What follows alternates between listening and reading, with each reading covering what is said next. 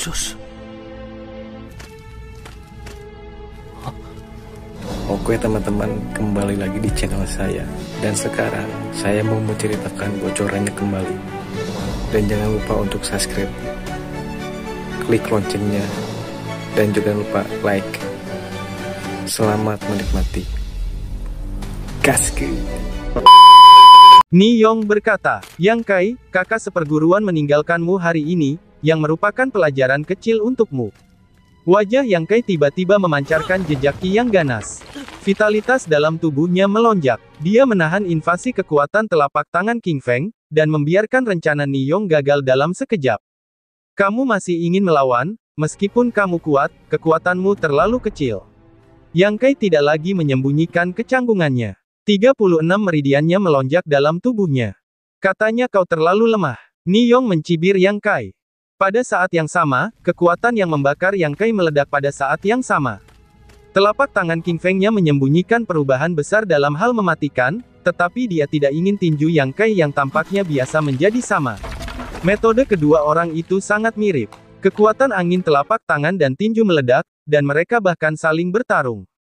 Dua dengungan teredam terdengar, tubuh Ni Yong terhuyung mundur.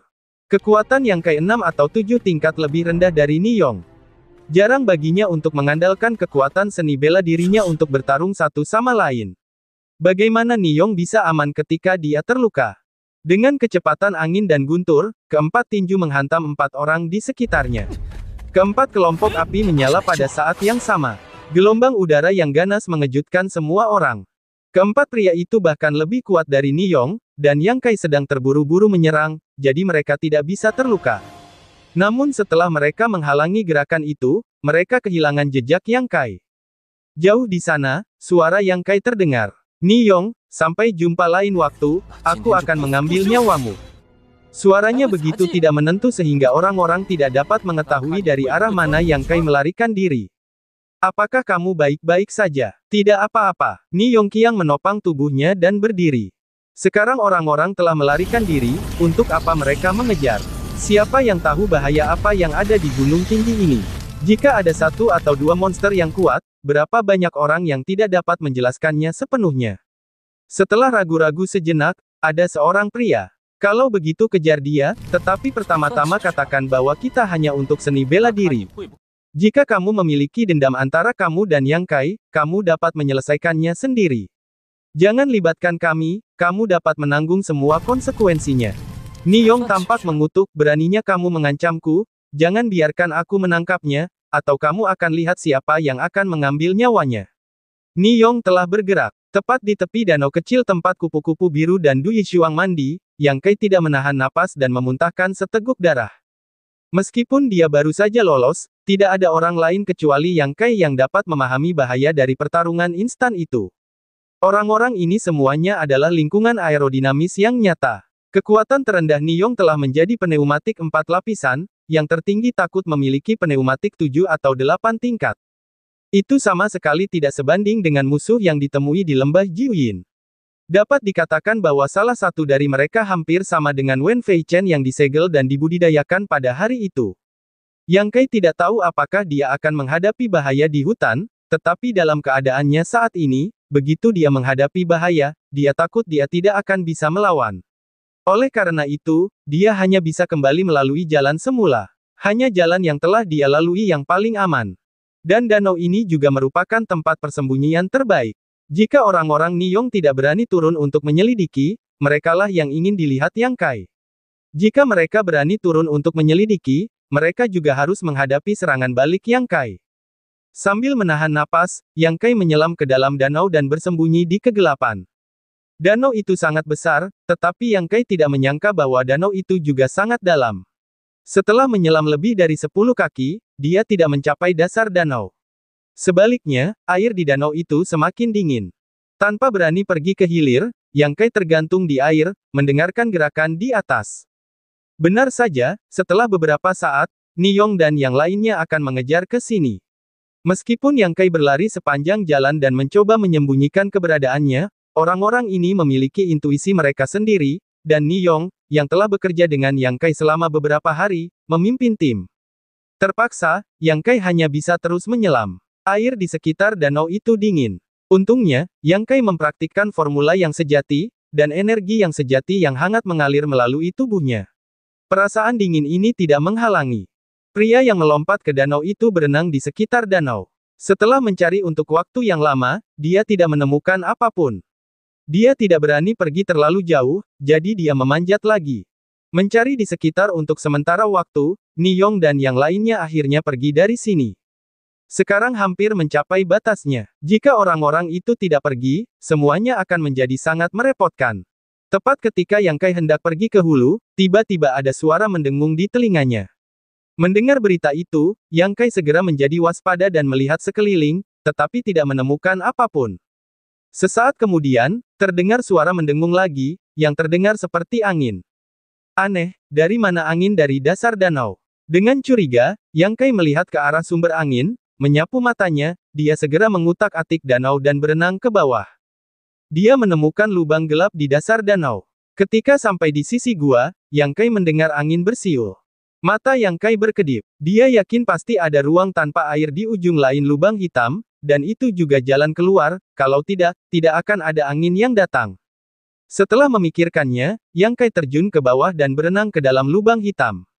Niyong dan mereka pasti masih mencari di luar. Jika Yang Kai keluar sekarang, bahkan jika dia bisa aman untuk sementara waktu, lebih baik masuk ke dalam lubang hitam dan memiliki tempat tinggal yang aman jika menebak dengan baik.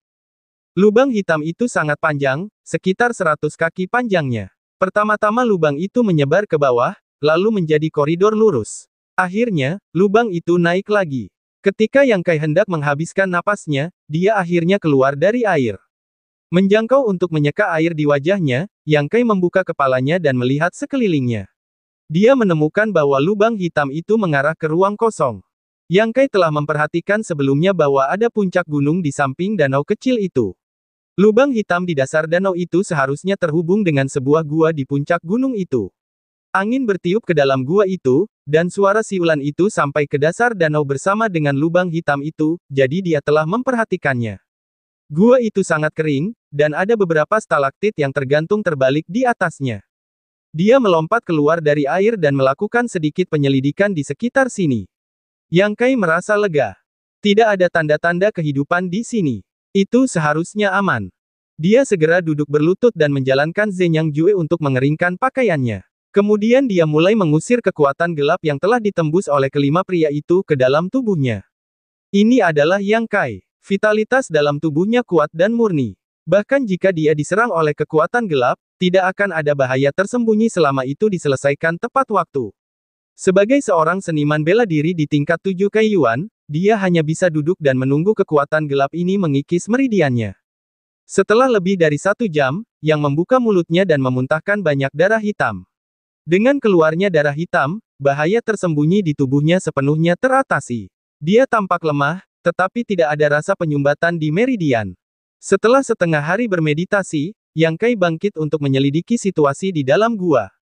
Posisinya saat ini seharusnya berada di tengah gua, karena kedua sisi dapat melewatinya.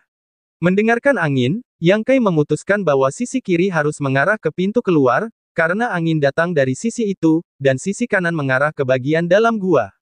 Setelah memikirkannya, Yang Kai pergi ke kanan. Bagaimanapun, dia dalam bahaya sekarang, jadi dia tidak meninggalkan gua. Setelah berjalan sebentar, Yang Kai terkejut mencium bau obat. Melihat cahaya redup, dia menemukan bahwa ada banyak bunga dan tanaman aneh di kedua sisi gua. Kualitas benda-benda ini luar biasa sekilas, tetapi saya tidak tahu apakah itu beracun atau tidak. Meskipun Yang Kai tidak dapat mengenali benda-benda apa ini dan seberapa berharganya benda-benda itu, Yang Kai percaya bahwa salah satu dari benda-benda itu bernilai banyak uang. Untuk saat ini, Yang Kai tidak tahu bagaimana cara mengambilnya. Di sisi lain, dia tidak punya tempat untuk menyimpannya. Bagaimanapun, aku sendirian di sini, jadi tidak apa-apa untuk menyimpannya terlebih dahulu. Melihat ke segala arah, Yang Kai menemukan bahwa ada banyak harta karun di sini. Itu semua adalah bunga dan tanaman yang belum pernah terlihat sebelumnya, dan aku tidak tahu sudah berapa tahun mereka tumbuh. Setelah berjalan selama 1 jam penuh, Yang Kai tiba-tiba menemukan bahwa ada cahaya yang bersinar di depannya, dan panggilan seperti mimpi datang dari telinganya. Dalam hati yang diam-diam waspada, Yang Kai berjalan menuju tempat cahaya itu berada. Segera, Yang Kai sampai di depan cahaya itu. Ternyata itu adalah bola seukuran kepalan tangan, yang memancarkan cahaya lembut, bersinar di area beberapa zang. Dia menemukan bahwa tempat ini sudah menjadi dasar gua, dan tidak jauh darinya, ada tulang mati yang duduk. Tulang mati itu mengenakan jubah ungu yang megah, dan matanya yang kosong menatap ke arah kedatangannya, yang membuat orang merasa aneh dan misterius. Pria ini meninggal selama bertahun-tahun, Yang Kai merasa bahwa dia bukan orang baik, karena ada roh jahat di hati Yang Kai yang berdebar-debar. Apakah warisan Dongtian ini dipadatkan olehnya? Yang Kai tidak memikirkan asal-usul warisan Dongtian. Tepat ketika Yang Kai mengerutkan kening dan berpikir keras, ada suara keras di belakangnya. Begitu wajahnya berubah, dia menoleh dan melihat bahwa jalannya telah terputus. Dia tidak tahu kapan sebuah batu besar jatuh dari gua menghalangi ruang di luar. Ketika melihat ke belakang jalan menjadi gelap. Di ruang tertutup yang meliputi area kurang dari 10 meter, ada semburan suara tangisan dan lolongan. Angin yin meledak, seperti jatuh ke neraka Sura. Tubuh penuh dengan dingin, dan energi yang sebenarnya dalam tubuh mengalir liar. Saya tidak tahu sudah berapa lama aktivitas tangisan dan lolongan hantu ini mengganggu pikiran Yang Kai. Seiring berlalunya waktu, Yang Kai dengan jelas merasakan bahwa suara tangisan dan lolongan itu sedikit tidak sabar. Meskipun sangat halus, itu jelas berbeda dari yang tadi. Ketenangan Yang Kai tampaknya membuat suaranya sangat marah, tetapi tidak berdaya. Menyadari hal ini, Yang Kai menjadi semakin tenang. Meskipun dia tidak tahu apa yang sedang terjadi di sini, dia hanya duduk dengan lutut bersilang dan mengambil posisi yang tenang. Setelah beberapa jam, suara itu tiba-tiba menghilang. Tiba-tiba, ledakan tawa aneh Jie datang. Mendengar tawa aneh ini, suaranya benar-benar terlalu buruk untuk didengar. Serangan roh. Wajah Yang Kai sedikit berubah. Dia mengira seseorang telah datang ke sini sebelum dia dan mencoba menakut-nakuti dirinya, sehingga dapat memonopoli harta karun di sini. Tetapi sekarang Yang Kai tidak berani berpikir demikian. Anak muda, kamu memiliki tekad dan keberanian yang baik. Beraninya kamu berbicara seperti ini kepadaku. Yang Kai tidak dapat menemukan sumber suara itu. Siapa kamu? Yang Kai bertanya hati-hati. Setelah tertawa, suara itu berkata, siapa aku? Aku tidak ingat. Siapa aku? Mungkin dia adalah penguasa tempat ini. Apakah kamu penguasa warisan Dongtian? Suara Yang Kai tidak dapat menahan untuk bertanya. Ribuan murid dari 3 sekolah berkumpul bersama untuk memasuki gua warisan untuk mendapatkan warisan misterius itu. Dapat dikatakan bahwa jika ada yang dapat mewarisi di sini, dia akan dapat mencapai ketinggian yang dikagumi orang-orang di masa depan. Yang Kai tidak berharap untuk mendapatkan warisan apapun. Dia hanya ingin mendapatkan keuntungan seperti kebanyakan orang. Sekarang suara itu bahkan mengatakan bahwa dia adalah tuan di sini. Suara itu tidak segera menjawab, dan menunggu lama untuk berkata, ya, saya tuan di sini. Anak muda, apakah kamu ingin mewarisi dariku? Yang Kai tidak menanggapi. Alisnya mengerutkan kening, mempertimbangkan keaslian suara itu.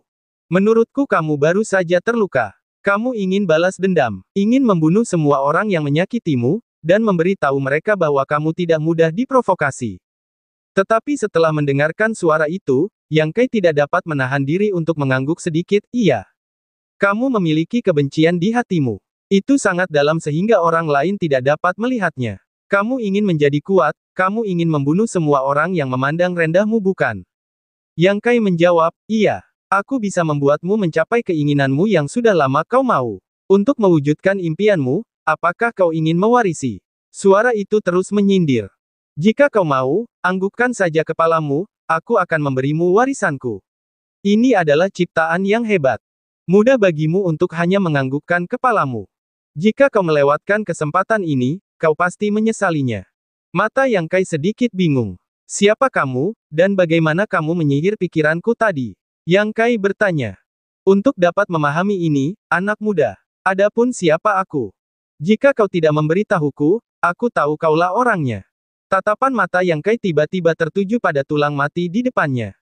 Matanya penuh ketakutan, dan dia berkata perlahan. Kudengar bahwa master dalam keadaan pikiran mengembara dapat mencari tubuh untuk menguasainya selama dia dapat memadatkan pikirannya, bahkan jika tubuhnya hancur, selama indera ketuhanannya tidak hancur.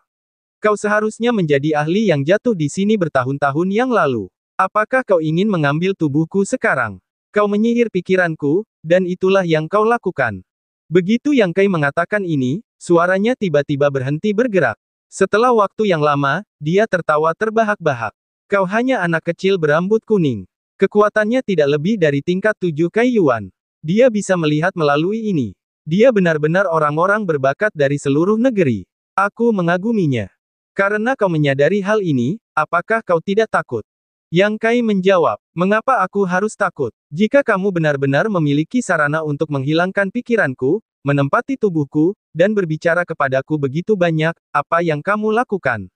Masih perlu menyihirku, biarkan aku jatuh ke dalam perangkap ucapanmu. Kamu adalah master yang baik. Aku khawatir kamu memiliki semua jenis metode, tetapi itu sebelum kamu mati. Sekarang kamu hanya bisa melakukan trik seperti ini. Anak muda, kamu terlalu liar. Suara itu berkata dengan dingin, apakah kamu pikir aku berbicara kepadamu begitu banyak hanya untuk menyihirmu? 3 gumpalan kesadaran ilahiku telah menembus ke dalam pikiranmu. Bahkan jika kamu menolak, kamu tidak dapat menolak.